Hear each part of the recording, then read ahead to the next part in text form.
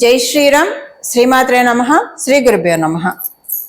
పరాభవ నామ సంవత్సరం, దక్షిణాయనం, గ్రీష్మ ఋతువు, ఆషాఢ మాసంలో శుక్లపక్షంలో వచ్చే ఏకాదశి, తొలి ఏకాదశి, శయన ఏకాదశి అత్యంత విశేషాలతో కూడుకొని వస్తుంది ఈ సంవత్సరం. ఇదివరకు సంవత్సరాల్లో లేని ప్రత్యేక అంశాలు ఈ సంవత్సరంలో ఉన్నాయి. దానికి కారణం ఇప్పుడు మనం తెలుసుకుందాము. ఇప్పుడు ఈ విషయాన్ని, ఏకాదశి యొక్క ప్రాశస్త్యం మనందరికీ తెలుసు. తొలి ఏకాదశిని మనము ప్రాపర్గా యూటిలైజ్ చేసుకుంటే కనుక మన జీవితంలో ఎన్నో శుభత్వాన్ని మనం ఆహ్వానించవచ్చు. ఏకాదశులు ఒకటి పట్టుకుంటే చాలు. అది శుక్లపక్షంలో వచ్చే ఏకాదశి కావచ్చు, కృష్ణపక్షంలో వచ్చే ఏకాదశి కావచ్చు. ఉపవాసం చేయగలిగిన వాళ్ళు ఉపవాసం చేస్తారు. ఎంత కష్టమైనా ఉపవాసం చేయని మనం కలియుగంలో ఉన్నాం. సో గ్యాస్ట్రిక్ ట్రబుల్స్ ఇవన్నీ ఉన్నాయి. భగవన్ నామ స్మరణ చేసుకున్నా సరిపోతున్నాయి. ఇప్పుడు నేను ఒక చాలా ఇంట్రెస్టింగ్ అంశం చెప్పబోతున్నాను అందరికీ కూడా. అదేంటంటే, గురు భగవానుడు దేవగురువైన బృహస్పతి కర్కాటక రాశిలో ఉన్నప్పుడు వచ్చిన ఈ ఏకాదశి. ఇంకొకటి ఏంటంటే, దేవగురువు అసురు గురువు ఇద్దరు కూడా ద్విదాదశాల్లో ఉన్నారు. ఎక్కడ ఉన్నారు? ఒకళ్ళేమో కర్కాటక రాశి, ఇంకొకళ్ళు సింహరాశిలో ఉన్నారు. ఈ రోజు అంటే 20, అందరికి అర్థమయ్యేలా రోజు చెప్పాలంటే, డేట్ ప్రకారం చెప్పాలంటే, అంటే చాలా మందికి పంచాంగం అవగాహన ఉన్న వాళ్ళకి ఇది అర్థమవుతుంది, అందరికీ ఉండదు కాబట్టి 25 జూలై 2026లో చెప్తున్నాను. ఆ రోజు గురు భగవానుడు కర్కాటక రాశిలో, శుక్రాచార్యులు వారు సింహరాశిలో ఉన్నారు. వీళ్ళిద్దరూ ఒకళ్ళు ద్విదాదశాల్లో ఉన్నారు. అదొక పాయింట్. సెకండ్ పాయింట్ ఏంటి? ద్విదాదశాల్లో ఉండడమే కాదు, ఈ కర్కాటక రాశి సింహరాశి ఏంటి? కాలపురుషుడు కుండలిలో చతుర్థ పంచమ స్థానాలు. ఎప్పుడైనా కేంద్ర స్థానాలు, కోణ స్థానాలు వీళ్ళిద్దరు కలయిక రాజయోగాన్ని ఇస్తుంది. లేదా కేంద్రాధిపతి కోణంలో ఉన్నా, కోణాధిపతి కేంద్రంలో ఉన్నా కూడా రాజయోగం ఇస్తుంది. ఇప్పుడు కోణాధిపతి ఎవరయ్యారు? రవి అయ్యారు. రవి చతుర్థ కేంద్ర స్థానాల్లో ఉన్నారు. ఇది ఒక రాజయోగము. ఆయన గురువుతో కలిసి ఉన్నారు. ఇంకొక విశేషాంశం ఏంటో చెప్పనా? మీరు అన్ని రాశుల్లో చూసుకోండి. కర్కాటక రాశి సింహరాశిలో ఏ గ్రహం కర్కాటకం సింహరాశికి, సింహరాశి వీరిద్దరికి అధిపతి రవిచంద్రులు కదా. ఈ రవిచంద్రుల రాశుల్లో మనకి ఆకాశంలో కనిపించేది, ఏ గ్రహాన్ని మనం చూసినా చూడకపోయినా ప్రతిరోజు 2 గ్రహాలను ఆకాశంలో మనం దర్శనం చేస్తూ ఉంటాం. ఉదయాన్నే రవిని, సూర్యనారాయణ మూర్తిని, ఆదిత్యుడిని, సాయంత్రం పూట చంద్ర భగవానుడిని. సో శుక్లపక్షంలో పూర్తిగా, కృష్ణపక్షంలో మనకి అన్ని వేళలా కనిపించకపోయినా శుక్లపక్షంలో మనకి శుక్లపక్ష పూర్ణిమ రోజైతే షోడశ కళలతో చంద్రుడు ప్రతిబింబిస్తూ ఉంటాడు. సో నవగ్రహాల్లో 2 గ్రహాలను మనం ప్రతిరోజు కూడా ఆకాశంలో చూస్తూ ఉంటాము. అలాంటి ఆ గ్రహ దేవతల యొక్క రాశులు కర్కాటక రాశి, సింహరాశి. ఈ రాశిలో గురు శుక్రులు ఉండడం చాలా మంచిది. ఈ గురు శుక్రులు ఉండడం వల్ల, అందులో ఇంకొకటి, మీరు సింహరాశిలో ఏ గ్రహం ఉచ్చ స్థానం తీసుకోదు, ఏ గ్రహం నీచ స్థానం తీసుకోదు. ఆ సింహరాశికి ఒక ఎక్సెప్షన్. అది రవి కదా, రాజు కదా. ఆయన రాజు దగ్గర వెళ్ళి ఎవరు కూడా మేము గొప్ప అని, మేము తోపని చెప్పడానికి ఉండదు కదా. ఆయనే అంటే అందరికంటే పెద్ద. అందుకని ఆయన ఇప్పుడు ఎక్కడున్నాడు? రవి ఎక్కడున్నాడు? కర్కాటక రాశిలో ఉన్నాడు. ఆయన గురువుతో కలిసి ఉన్నాడు. చూడండి ఎంత మంచి కాంబినేషన్ పడిందో ఈసారి మనకి. ఏకాదశే విశేషం అనుకుంటే, దైవ కృపతోటి, వాసుదేవుడి కృపతోటి, జగన్నాథుడి కృపతోటి ఇది ఇంకా విశేషాంశం అవుతూ ఉంది మనందరికీ కూడా. దేవగురువైన బృహస్పతి కర్కాటక రాశిలో ఉండడం, దైత్య గురువైన శుక్రాచార్యులు సింహరాశిలో ఉండడం, రవిచంద్రుల రాశులు అవ్వడం, అది మనం ప్రతిరోజు ఆకాశంలో చూడగలగడం. రవిచంద్రులు ఎవరు? జగన్మాత కళ్ళు. రవిచంద్రులు ఎవరు? మనకి పరమశివుడి యొక్క 2 కళ్ళు, 3వ నేత్రం అగ్ని నేత్రం, సూర్య శశాంక వహ్ని నాయనం అని చెప్తాం కదా. అలాంటి ప్రత్యేక గ్రహస్థితి ఇప్పుడు మనకి గోచారంలో చోటు చేసుకుంది. ఇంకొక విశేషాంశం ఏంటంటే, చంద్రుడు నీచలో ఉన్నాడు, వృశ్చిక రాశిలో ఉన్నాడు. జ్యేష్ఠ నక్షత్రం ఆ రోజు పూర్తిగా ఉంది. చంద్రుడు నీచ రాశి, వృశ్చిక రాశి ఆయనకి నీచ. చంద్రుడు వృశ్చిక రాశిలో ఉండడము, అక్కడ చంద్ర రాశి అయిన గురు భగవానుడు కర్కాటక రాశిలో గురు భగవానుడు ఉండడము, పంచమ దృష్టితోటి చంద్రుడిని గురు భగవానుడు వీక్షించడము.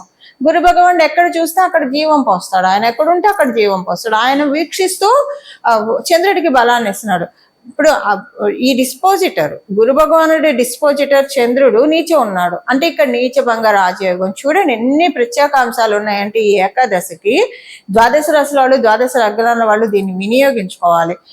దీనికి ఏంటంటే ఆయన నీచబడి ఉన్నాడు, ఈయన ఉచ్చలో ఉన్నాడు కాబట్టి ఇక్కడ క్యాన్సిలేషన్ అయిపోయింది. నీచ అనేది చంద్రుడికి క్యాన్సిలేషన్ అయిపోయింది. నీచ భంగ రాజయోగం. గురు భగవానుడు ఉచ్చ స్థితి. రవి కూడా గురు భగవానుడి తోటి కలిసి ఉండడు, ఎందుకంటే సింహరాశి అధిపతి. మళ్ళీ ఈ 2 రాశుల్లో గురు శుక్రులు. అసలు ఇలాంటి కాంబో మనం చూస్తామో లేదో కూడా తెలియదు. అంటే చూస్తామో లేదో అంటే నెక్స్ట్ ఇయర్ మళ్ళీ 12 సంవత్సరాల తర్వాతే మనకి ఇలాంటిది ఉంటుంది. ఈ 12 సంవత్సరాల దాకా మనం ఇది చూడలేము. ఇది మంచి కాంబినేషన్ అండి. ఎంత బాగుందంటే అందరూ ఇప్పుడు కాలగమనంలో శనేశ్వరుడు కూడా మీనరాశిలో ఉన్నారు. సో ఇదంతా ఏంటంటే మంచి కాంబినేషన్. మన జాతకంలో ఉన్న యోగాల్ని ఇప్పుడు గురు శుక్రులు ఇద్దరు బాగా ఉంటాయి. ఎవరి జాతకంలో అయినా సరే వాళ్ళకి లైఫ్ చాలా బాగా ఉంటుంది. గురు శుక్రులు అంటే అందరికి అర్థమయ్యే భాషలో చెప్పాలంటే ఒక ఎగ్జాంపుల్గా తల్లిదండ్రులు. ఎవరికైనా తల్లిదండ్రులు ఉండి అది కూడా బాగా స్థితిమంతులైన తల్లిదండ్రులు కడుపులో పిల్లలు పుడితే ఇంకా వాళ్ళకి ఒక ఏమంటారు సిల్వర్ స్పూన్తో పుట్టారు, గోల్డెన్ స్పూన్తో పుట్టారు అలా చెప్తూ ఉంటారు కదా. అలా ఉంటుంది లైఫ్ అంతా కేక్ వాకుగా ఉంటుంది. తల్లి ఏమో పోషణ చేస్తుంది, అన్ని చూస్తుంది, తండ్రి అన్ని సమకూర్చి పెడతాడు, అంత ప్యాంపరింగ్ చేసే తల్లిదండ్రులు ఉండి ఇంకా ఆ జీవితం, ఆ బిడ్డడి జీవితం ఎంత చక్కగా ఉంటుంది, హాయిగా వెళ్ళిపోతుంది కదా ప్రశాంతంగా. ఫ్యూచర్ కూడా అన్ని సెక్యూర్ చేసి పెట్టే ఫాదర్ ఉంటే, ఫాదర్ పేరెంట్స్ ఉంటే ఎంత బాగా ఉంటుంది వాళ్ళ లైఫ్. సో అలా లేకపోయినా స్వశక్తితో పైకి వస్తారు, అది వేరే సంగతి కానండి. బట్ ఎన్నో కష్ట నష్టాలను ఓర్చుకొని, ఎన్నో అవమానాలను, ఎన్నో ఛాలెంజెస్ ఓర్చుకొని రావాలి. అలా కాకుండా మన జీవితంలో ఒక గాడ్ ఫాదర్, గాడ్ మదర్ ఈ గురు శుక్రులు. God father, god mother, biological father, biological మదరే స్థితిమంతులై వాళ్ళ కడుపున పుడితే ఎంతో బాగుంటుంది అంటే లైఫ్. మనకి గాడ్ ఫాదర్, గాడ్ మదర్ మనతోటి ఉంటే ఇంకెంత బాగుంటుంది. అలాంటి సిచ్యువేషన్ ఇప్పుడు గోచారంలో ఉంది. ఈ ఏకాదశి అన్ని విశేషాలతో కూడుకొని ఉంది. ఇవన్నీ కూడా ఎలా తెలుస్తాయి చెప్పండి? మాలాంటి జ్యోతిష పండితులు ఇవన్నీ కూడా రీసెర్చ్ చేసి ఎక్స్ట్రాక్ట్ చేసి అందరికి అందించి, దానికి అసలు ఇప్పుడు ఇలా ఉంటే మటుకు తీసుకోవాలంటే మీ జన్మ జాతకం బాగా ఉంటే తీసుకుంటారు, కానీ అది కూడా కొంత పర్టికులర్ పీరియడ్ ఆఫ్ టైం వరకే కదా. ఇప్పుడు దీన్ని మనము 3 నుంచి 5 సంవత్సరాలు ఉంచుకోవచ్చు, సస్టైన్ చేసుకోవచ్చు, రెన్యూ చేసుకోవాలి. మనకున్న యోగాన్ని రెన్యూ చేసుకోవాలంటే ఏం చేయాలి? ఇప్పుడు పాస్పోర్ట్ ఉంది, ఒక 10 సంవత్సరాల వ్యాలిడిటీ ఉంటుంది, తర్వాత అది రెన్యూ చేసుకుంటేనే మనకు వస్తుంది. So time to time renew చేసుకోవాలి కదా. అలాగా మనకి ఉండే యోగాలు గోచారంలో వచ్చే గోచారం. అందుకే మనకి మన జన్మజాతకం సరి లేకపోయినా గోచారంలో వచ్చేదాన్ని మన జన్మజాతకం బాగోలేదన్న విషయాన్ని ఓవర్లాప్ చేయాలి. ఆ ఓవర్లాప్ చేసే అంశాలే జ్యోతిష పండితులు చెప్పేది, అందరికీ కూడా చెప్పేది. మాలాంటి వాళ్ళందరం కూడా రీసెర్చ్ చేసి చెప్పే విషయాలే ఇది. ఎంతో ఎప్పుడు ఇదే పనిలో ఉంటాం, ఒక తపస్సుగా చేస్తూ ఉంటారు జ్యోతిష పండితులు. ఎప్పుడు ఏది చూసినా కూడా, ఏ సిచ్యువేషన్ చూసినా అది దీనికి అయింది, ఈ గ్రహాలు దీనివల్ల ఇలా రిలేట్ చేసుకుంటూనే ఉంటారు. మళ్ళీ ఇక్కడ కర్మదోషాలు కూడా వెళ్ళిపోతూ ఉంటాయి. కర్మదోషాలు కూడా ఏం చేస్తే వెళ్తాయి అనేది కూడా సూచించేది జ్యోతిష పండితులే. సో ఇప్పుడు ఇంత ఇంకొకటి చెప్పిన, గురు భగవానుడే కదా జ్యోతిషానికి, శుక్రాచార్యుల వారే కదా. సో ఆదిదైవాలు ఇద్దరు గురువులు కర్కాటక మరియు సింహరాశిలో ఉన్నారు. దీన్ని ద్వాదశ రాశుల వాళ్ళు, ద్వాదశ లగ్నాల వాళ్ళు చిన్న చిన్న రెమెడీస్ పరిహారం చేసుకోవడంతో దీన్ని క్యాచ్ హోల్డ్ చేయగలుగుతారు. క్యాచ్ హోల్డ్ చేయడం వల్ల మీ జన్మజాతకం బాగా ఉంటే మీరు ఏం చేయకపోయినా అవుతుంది. ఇది ఒక్కరోజు చేయాలండి, ఏకాదశి ఒక్కరోజు మాత్రమే చేయాలి. ఒక్కరోజు మీ భవిష్యత్తుకి మీరు పెట్టుకోలేరా? మీ భవిష్యత్తుని బాగు చేసుకోవడానికి చేయలేరా చెప్పండి? చక్కగా చేస్తారు కదా. అదేంటో ఇప్పుడు మనం తెలుసుకున్నాం. అందుకే కదా మాలాంటి వాళ్ళమందరం ఉన్నది కూడా. అది ఒకటి. సెకండ్ థింగ్ ఏంటంటే ఇప్పుడున్న ఈ గురు శుక్రుల యొక్క ఇది ఏకాదశి, దీన్ని ఎలా చేస్తే ప్రాపర్గా యూటిలైజ్ చేసుకోవచ్చో ఇప్పుడు మనం చూద్దాం. అందరికీ ప్రతి ఒక్క రాశుల వాళ్ళకి ఏ పరిహారం చేసుకుంటే ఇది, అంటే ఒక్కొక్క రాశి వాళ్ళకి ఒక్కొక్క పరిహారం ఉంటుంది. సో నేను మేషరాశి మొదలుకొని మీన రాశి వరకు 25వ తారీఖు జూలై 25, 2026 సంవత్సరం ఏం చేసుకోవాలి అన్నది నేను ఇప్పుడు చెప్తాను. అది ఇప్పుడు చూద్దాం. చెప్పాను కదా, మాతాపితృల సమానం గురు శుక్రులు. మనకి కాలపురుషుడి కుండలిలో కూడా ధనుసు రాశి పితృస్థానం కదా, 9వ స్థానము పితృస్థానం అని చెప్తుంది. సో మనకి చతుర్థ స్థానానికి కారకులు ఉంటారు, ఒక్కొక్క స్థానానికి కారకులు ఉంటారు. తన స్థానము అలాగే మనకి రెండవ భావానికి కారకులు, భాతృస్థానానికి మంగళ కారకులు ఇలా ఉంటారు. సో అలా చతుర్థ స్థానానికి మాతృస్థానానికి కారకుడు శుక్రుడు. అందుకే గాడ్ ఫాదర్, గాడ్ మదర్ అని చెప్పాను. వీళ్ళిద్దరు ఆశీస్సులను అందుకోవడానికి, మన జీవితాన్ని మనము చక్కగా మౌల్డ్ చేసుకోవడానికి, అభివృద్ధి పదంలో పెట్టుకోవడానికి, 10 మందికి ఆదర్శప్రాయం అవ్వడానికి ఇది చాలా చక్కటి సమయం. ఇప్పుడు మనం ప్రతి రాశి వాళ్ళకి ఏమేమి పరిహారాలు చేసుకోవాలో ఇప్పుడు నేను చెప్తాను.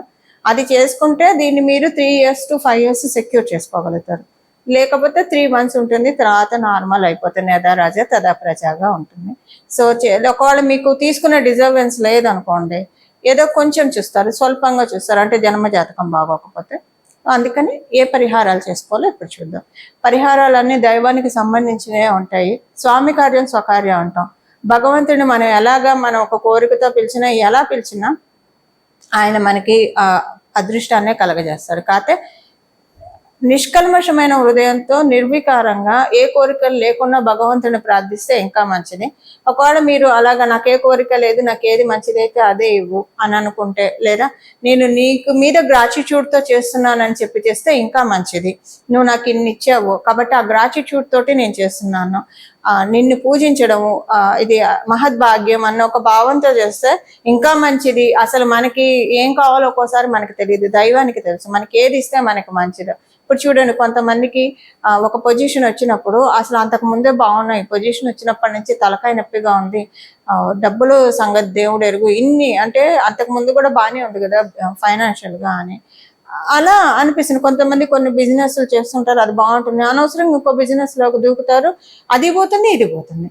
అప్పుడు ఆ బిజినెస్లో దూకినప్పుడు ఒకవేళ అది అవ్వలేదు అనుకోండి, అప్పుడు బాధపడతారు, అరే ఇది అవ్వట్లేదు ఇదే చేసుకుంటున్నా, అది కూడా వస్తే బాగుంటుంది కదా అనుకుంటారు. ఒకవేళ అది వచ్చింది అనుకోండి, సపోజ్ అది పెండింగ్ అవ్వకుండా అయింది అనుకోండి, అందులో లాసెస్ అది అనవసరంగా మొదలు పెట్టేశాను, అది చేయకుండా ఉంటే బాగుండేది, అనవసరంగా కడుపులో చల్లగదలకుండా ఉన్న దాన్ని పాడు చేసుకున్నానని. సో ఇలా మనకి ఏది మనం చేస్తే కరెక్ట్ అనేది మనకి తెలియదు. అంటే జ్యోతిష్యం చెప్తుంది మనకి, జ్యోతిష పండితులు మీరు అప్రోచ్ అయితే ఏం చేయాలి, డూస్ అండ్ డోంట్స్ చెప్తారు మీకు. బట్ అలా కాకుండా అందరూ అలాగా ఉండాలని ఉండదు కదా. సో భగవంతుని పాదాన్ని మనం ఆశ్రయిస్తే మనం ఏం చేయాలి, మనం ఏం చేయకూడదు జగన్మాత మనకి జగత్ మాతా పితరులు ఇద్దరు మనకి చెప్తారు. అది ఇప్పుడు తెలుస్తుంది, డూస్ అండ్ డోంట్స్ మనకి ఏది. అందుకే భగవంతుని నేను ఇట్లా కోరుకుంటే మంచిది, నాకు ఏది మంచిది అయితే అదే ఇవ్వు నాయన, అదే ఇవ్వు తల్లి, నువ్వు ఇచ్చిందే నాకు మహాప్రసాదంగా నేను యాక్సెప్ట్ చేస్తానంటే మనకి ఏది శ్రేయమో, మనకి ఏది ఇస్తే ఇంకా మనకి టెన్షన్ ఉండదు, మనశ్శాంతి ఉంటుందో, సంతృప్తి ఉంటుందో అది భగవంతుడు ఇస్తాడు. ఇలా ఇప్పుడు మనము 12 రాశుల వాళ్ళకి ఏం పరిహారం, ఒక్కొక్కరికి ఒక్కొక్క పరిహారం ఉంటుంది, అది ఇప్పుడు నేను చెప్తాను. ఒక్కొక్క రాశి వాళ్ళకి విడివిడిగా క్లుప్తంగా ఒక 2 పాయింట్స్ చెప్తాను, మీకు ఇది దీనివల్ల ఏం బెనిఫిట్ ఉంటుందో చెప్తాను. కానీ ఇప్పుడు ఒక్కొక్క రాశి వాళ్ళకి విడివిడిగా ఏం చేసుకోవాలో చెప్తాను, ఏం స్తోత్ర పారాయణాలు చేయాలి, లేదా ఏ ఘట్టాన్ని పారాయణం చేయాలో చెప్తాను. దాంతోపాటు ప్రతి ఒక్కళ్ళు 12 రాశి వాళ్ళు, 12 లగ్నాల వాళ్ళు ఈరోజు ఆదిత్య హృదయాన్ని 3 సార్లు చదవండి. చదవడం లేదా వినడం అన్నా చేయండి. కనీసం సూర్యనారాయణమూర్తి రవి ముందు నుంచని, ఆదిత్యుడి ముందు నుంచని 3 సార్లు ఆదిత్య హృదయం పారాయణం అన్నా చేయండి లేదా వినండి. కానీ మనసు లగ్నం చేసి చేయాలి. ఎప్పుడైనా ఏం చేసినా మనసు లగ్నం చేసి చేస్తే అత్యద్భుతమైన ఫలితాల్ని మనం ఇమ్మీడియట్ గా చూస్తాం, క్విక్ గా చూస్తాం. అది మనసు ఆత్మ బలాన్ని పెంపొందించే సమయం ఇది. ప్రతి ఒక్కళ్ళకి కూడా ఆత్మకారకుడు సూర్యనారాయణమూర్తి. మళ్ళీ మన జన్మకుండలిలో ఆత్మకారకులు మారుతారు అనుకోండి, కానీ సూర్యనారాయణమూర్తి ఆత్మకారకుడు. రవిని మనం పట్టుకుంటే కనుక మన యొక్క ఆత్మబలం పెరుగుతుంది. ఈ జీవుడు ఈ దేహంలో ఎందుకున్నాడు, నేను ఎవరిని అని పూజ్య గురువులు రమణ మహర్షి చెప్పినట్లు అది తెలుసుకోవడానికే మనం ప్రయత్నించడానికి ఈ శరీరం వచ్చింది. కాకపోతే మనం ఇవన్నీ వదిలేసి మిగతా వెన్నని చేతిలో పెట్టుకొని నెయ్యి కోసం పరిగెత్తుతూ ఉంటాం, అది వేరే సంగతి. కానీ బట్ అలాంటి స్థితిలోకి మనం వెళ్ళాలంటే ఫస్ట్ ఆ నాలెడ్జ్ మనకు ఉండాలి కదా. ఉంటే అప్పుడు మనం స్టెప్ బై స్టెప్ వెళ్తాం. ఏది ఒక రోజులో అవ్వదు. అందులో ఆధ్యాత్మిక ప్రోగ్రెషన్ అంటే స్టెప్ బై స్టెప్ అవుతుంది. ఆధ్యాత్మికతలో ఉన్న వాళ్ళకి అందరికీ ఈ విషయం తెలుసు. అలా స్టెప్ బై స్టెప్ ప్రోగ్రెస్ అవ్వడానికి మన ఆధ్యాత్మికంగా కూడా మంచిది. ఆధ్యాత్మికంగా ఎదుగుతున్నాం అంటే లౌకికంగా అన్ని సాధించేస్తున్నట్టే, దీనికి అది అయిపోతూనే ఉంటుంది. ఇదొకటి మీరు గుర్తుపెట్టుకోవాలి. ఆధ్యాత్మికం అంటే మన నిత్య దైనందిన జీవితంలో మన పనులు మనం చేసుకుంటే ఎక్కడ మన బాధ్యతను విస్మరించకుండా. గృహస్థాశ్రమంలో ఆధ్యాత్మికంలో ఉన్న వాళ్ళు మాక్సిమం అందరూ ఇదే చేస్తారు. వాళ్ళ బాధ్యతలను వాళ్ళు రెస్పెక్ట్ చేస్తూ అవి చేస్తారు. బట్ ఎక్కువ టైము ఆధ్యాత్మికతకి కేటాయిస్తారు. అలా చేయడానికి ఇది ది బెస్ట్ టైము.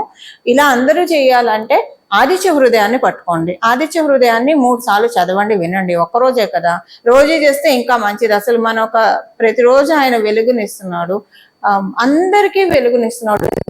ఒక గ్రాటిట్యూడ్ చెప్పాలి కదా మనం స్వామివారికి. అలా గ్రాటిట్యూడ్ చెప్పే టైం మనకు వచ్చింది. కాలబలం దైవబలం ఉన్నప్పుడు అందరూ కూడా వింటారు, ప్రసన్నంగా వింటారు. ఇది ఆ టైం. ఈ టైంని అసలు మిస్యూజ్ చేసుకోకండి. ఒకవేళ మీరు లేడీస్ అయ్యి మీరు పీరియడ్ లో ఉన్నారనుకోండి, మనసులోనే భగవన్ నామస్మరణ చేసుకోండి. నామస్మరణకి ఎలాంటి తప్పు లేదు. మనసులో భగవంతుని ధ్యానించుకోండి. ఏది భగవంతుని అన్నా మీకు ఇష్టమైన దేవి దేవతల్ని నామంతో జపించుకోండి. ఇప్పుడు నామానికి ఏం తప్పు ఉండదు. ఇప్పుడు సపోజ్ మన పిల్లల పేరు అమ్మాయి అతో అనుకోండి, శ్రీదేవి అని పెట్టారు అనుకోండి, లేదా అబ్బాయి అనుకోండి శ్రీనివాస్ అని పెట్టారు అనుకోండి. మనం బాత్రూంలో ఉన్నాం, ఏదో మర్చిపోయాము, ఆ అమ్మాయిని పిలుస్తాం కదా, మన శ్రీదేవి ఇలా రామ్మ అరే నేను బాత్రూంలో ఉన్న అమ్మాయిని అలా పిలుస్తా, దేవుడి పేరు అని మనం ఆగాం కదా. ఇప్పుడు మీరు బహిష్ట సమయంలో ఉన్నారు, పిలవాలి ఎవరినన్నా, పేరు అదే ఉంటే పిలుస్తాం కదా, శ్రీదేవి ఇలా రామ్మ అని పిలుస్తాం కదా. అరే బహిష్టులో ఉన్న అమ్మవారి పేరు అని మనం, అందుకే నామానికి తప్పులేదు. మీరు ఏ అవస్థలోన్నా ఉండండి, ఏటి సూతకంలో ఉన్నా కూడా పిలుచుకుంటాం కదా. అసలు దీనికి గోవింద గోవింద గోవింద, దీనికి అసలు తప్పే ఉండదండి. మీరు మనసులో ఇంకా మీకు ఇది ఒక మహత్తర అవకాశం. ఎందుకంటే పంచమ స్థానము పీరియడ్స్ ను కూడా సూచిస్తుంది. ఆయన కర్కాటక రాశిలో ఉన్నారు. ఇది ఇంకా మహత్తర అవకాశం. మీరు అసలు బాధపడకండి పీరియడ్ లో ఉన్నాము, లేదా ఏటి సూతకంలో ఉన్నా కూడా ఒకవేళ 11 రోజులు మృతా శౌచంలో ఉన్నా మనసులో చెప్పించుకోండి. విష్ణు విష్ణు విష్ణు మనసులో జపించుకోండి. అది చాలా మంచిది. మనసులో జపించుకోవడానికి ఇంకా మీకు అందరికంటే ఎక్కువ ఫలితాలు వస్తాయి. అందువల్ల బెంగపడకండి, చిన్నబుచ్చుకోకండి. మీకు అంటే ఇలా చేసుకోవడానికి లేదు అన్నది మీరు చిన్నబుచ్చుకోకండి. భగవంతుడు అందరి వాడు, గోవిందుడు అందరి వాడు, మనందరికీ అవకాశాన్ని ఇస్తాడు. సో ఇలా చేసుకోండి.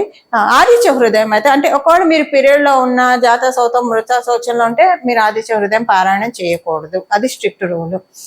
ఒకవేళ ఇప్పుడు నేను చెప్పేవి కూడా చేయకూడదు. ఇప్పుడు చెప్పే స్తోత్రాలు మీ రాశి వాళ్ళు, మీరు ఈ రాశిలో ఉన్న చేయకూడదు. ఇప్పుడు నేను చెప్పిన కండిషన్ లో ఉంటే నామస్మరణ చేసుకోండి. అప్పుడు నామస్మరణకి ఏ తప్పు ఉండదు కాబట్టి నామస్మరణ చేసుకోండి. అలా లేకుండా మామూలుగా ఉన్న వాళ్ళందరూ కూడా ఈ రోజు 3 సార్లు ఆదిత్య హృదయాన్ని పారాయణం చేయండి లేదా వినండి. ఒకటి ఇదైతే ఖచ్చితంగా చేయాలి. ఇప్పుడు విడివిడిగా మీ రాశుల వాళ్ళకి ఒక పాయింట్ ఏం మంచి జరుగుతుందో చెప్పి ఏ పరిహారం చేసుకోవాలో కూడా మనం చూద్దాం. వృశ్చిక రాశి, వృశ్చిక లగ్నంలో పుట్టిన వాళ్ళకి మీకు నవమ దశమ స్థానాల్లో జరుగుతుంది. ఎంత మంచి కాంబినేషన్ అంటే నవమ దశమ స్థానాల్లో జరగడము మీకు. అందులో కర్కాటక రాష్ట్రాధిపతి ఈ రాశిలోనే ఉన్నాడు, ఇప్పుడు నీచ పొంది ఉన్నాడు. ఇది ఎంత మంచి ఇది అంటే మనకి జ్యోతిష శాస్త్రంలో ధర్మ కర్మాధిపతి యోగం అని ఒక యోగం ఉంటుంది. ఈ యోగానికి ఉన్న బ్యూటీ ఏంటంటే ఇది అందరికీ వర్తించదు, కొంతమందికే ఉంటుంది. ఈ యోగంలో పుట్టిన వాళ్ళు బిజీ అవుతారు. దేనికి బిజీ అవుతారు అంటే వీళ్ళ పని సింగిల్ గా ఉండదు. అంటే ఏదో ఒక ఆఫీస్కి వెళ్ళారు, డెస్క్ జాబ్ చేసి వచ్చారు అలా ఉండదు. చాలా మందితోటి ఇన్వాల్వ్ అయి ఉంటుంది. ఎంతో మందికి వీళ్ళ వల్ల ఉపయోగం కలుగుతుంది, ఎంతో మందికి వీళ్ళ వల్ల మేలు జరుగుతుంది. అది ధర్మ కర్మాధిపతి యోగం. అంటే వీళ్ళ గైడెన్స్ తోటి కావచ్చు, అలాగే మేలు జరుగుతుంది. మీకు ఎగ్జాంపుల్కి చెప్పాలంటే డాక్టర్లు, ఓకే, అది అలోపతి కావచ్చు, లేదా ఆయుర్వేదిక్ డాక్టర్, హోమియో డాక్టర్, ఎవరైనా కానివ్వండి, వైద్యో నారాయణో హరిహి అని చెప్తుంది శాస్త్రం. వాళ్ళ వల్ల ఎంతమంది వాళ్ళకున్న రోగాల్ని పోగొట్టుకుంటారు చెప్పండి. అలాగా ధర్మకర్మాధిపతి యోగం అంటే అది. అలాగే ప్రవచనకర్తలు వాళ్ళ యొక్క సుభాషితాలతోటి వాళ్ళ యొక్క ధర్మ మార్గం, ధర్మానికి పట్ల అనురక్తి కలిగించే విధంగా ఆ ధర్మానికి సంబంధించిన సూచనలు చేస్తూ మనల్ని ఎలా సన్మార్గంలో నడిపిస్తారు, ఇదంతా కూడా ధర్మ కర్మాధిపతి. అంటే నేను ఎగ్జాంపుల్కి చెప్పా, ఇంకా ఇలా స్ట్రీమ్స్ లో ఉండేవాళ్ళు చాలా మంది ఉంటారు. సోషల్ సర్వీస్ చేసే వాళ్ళు మెయిన్ వస్తారు ఇందులో. సో చాలా మందికి సోషల్ సర్వీస్ చేస్తూ ఉంటారు కదా, అలాగా ఇలా అంటే వాళ్ళది చాలా మందికి ఇచ్చేస్తూ అందులోనే వాళ్ళ లైవ్లీహుడ్ ని ఎత్తుక్కునే వాళ్ళు ఎవరైనా సరే ఇందులో వస్తారు, ఈ స్ట్రీమ్ లో వస్తారు. ఇది ఇప్పుడు మీకు యాక్టివ్ అవుతూ ఉంది. అంటే చక్కగా మీరు అందరికి ఉపయోగపడే పనులు, మీ చుట్టూ ఉన్న వాళ్ళకు ఉపయోగపడే పనులు, దాంతో మీ లైవ్లీహుడ్ సాగడము, ఇది మీకు బాగా బలోపేతం అవుతుంది. దానికి మీరు చేసుకోవాల్సిన పరిహారం నవమ దశమ స్థానాలు బాగా బలంగా ఉండడం వల్ల మీరు శ్రీరాముని యొక్క చరితాన్ని శ్రీరాముని యొక్క ఇప్పుడు శ్రీరామ రక్షా స్తోత్రం ఉంటుంది, అది 3 సార్లు చదవండి లేదా వినండి, అదైతే చేయాలి మీరు. అలాగే నామ రామాయణం అని ఉంటుంది, అది అంటే మినీ మన ఒక అందులోనే మొత్తం కూడా వచ్చేస్తుంది రామాయణం, అది అది స్తోత్రం చేయండి, అది చదవండి, అది లేదా వినండి. అమ్మవారు సుబ్బలక్ష్మి అమ్మవారు చాలా చక్కగా అది గానం చేశారు, అది వినండి. ఈ 2 పరిహారాలు మీరు చేసుకోవాలి. చేసుకుంటే దీంతో పాటు మీకు చంద్రరాశి సూర్యరాశి, నవమం చంద్రరాశి, దశమం సూర్యరాశి అవ్వడం వల్ల కృష్ణుణ్ణి రాముణ్ణి ఇద్దరిని కూడా కీర్తించండి. కీర్తిస్తే కనుక చాలా మంచిది. వాళ్ళిద్దరికి సంబంధించిన కథలు చదవడం, వాళ్ళిద్దరికి సంబంధించిన స్తోత్రాలు చేయడం, ఇది చేస్తే చాలా మంచిది. దీని సింపుల్గా ఏంటంటే శ్రీరామ జయ రామ జయ జయ రామ, శ్రీకృష్ణ జయ కృష్ణ జయ జయ కృష్ణ, ఇలా చేసుకుంటూ ఉండండి. హరే రామకృష్ణ హరే రామ రామ రామ హరే హరే, హరే కృష్ణ కృష్ణ కృష్ణ హరే హరే, ఇది చేసుకోండి. ఇది చేస్తే ఇద్దరిని ఏకకాలంలో కీర్తించినట్టు ఉంటుంది. మంచి ఫలితాన్ని మీరు ఆస్వాదించవచ్చు.